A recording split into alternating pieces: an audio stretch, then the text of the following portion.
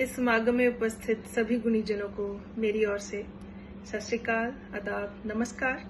मैं डॉक्टर अमनप्रीत कौर कंग और एक कविता आपके लिए पेश है जिसका शीर्षक है वो आदमी। वो आदमी अकेला सड़कों पर घूम रहा था। वो आदमी अकेला सड़कों पर घूम रहा था, शायद कुछ खो गया जिसे ढूंढ रहा था। बेचैन सा था और खोया खोया लगता था, जैसे कई दिनों से नहीं सोया। गुर्बत ही गुर्बत झलक रही थी उसके कपड़ों से। गुर्बत ही गुर्बत झलक रही थी उसके कपड़ों से। पेट भरकर नहीं खाया था जैसे बरसों से।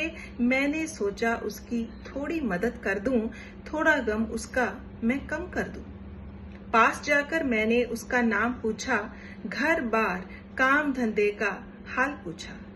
पास जाकर मैंने उसका नाम पूछा, घर बार काम धंधे का हाल पूछा। वो चुप रहा, बस सुनता रहा, जाने क्या अपने मन में बुनता रहा। मैंने सोचा आज इसकी मदद करके ही जाऊंगा। मैंने सोचा आज इसकी मदद करके ही जाऊंगा और समाज सेवा का सुख मैं भी पाऊंगा।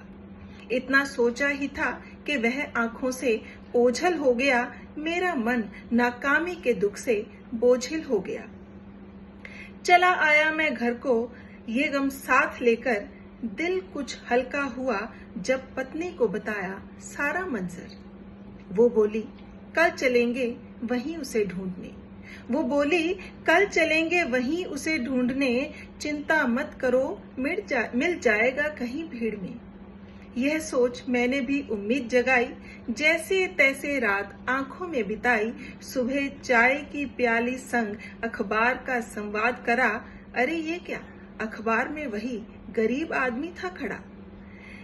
सुबह चाय की प्याली संग अखबार का संवाद करा। अरे ये क्या, अखबार में वही गरीब आदमी था खड़ा।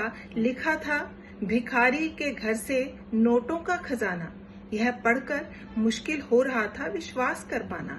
लगा जैसे दिमाग के कपाट बंद से हो गए। दिल में पसीजते एहसास मानो ठंड से हो गए। अब पत्नी के तानों की परेशानी सताने लगी। अब पत्नी के तानों की परेशानी सताने लगी। अरे आती ही होगी, इस डर से कोई उपाय बनाने लगे। फिर जल्दी से अखबार समेट कर छुपा ही दिया हमने। अब पत्नी के उपहास से बचने का जुगाड़ लगा लिया हमने।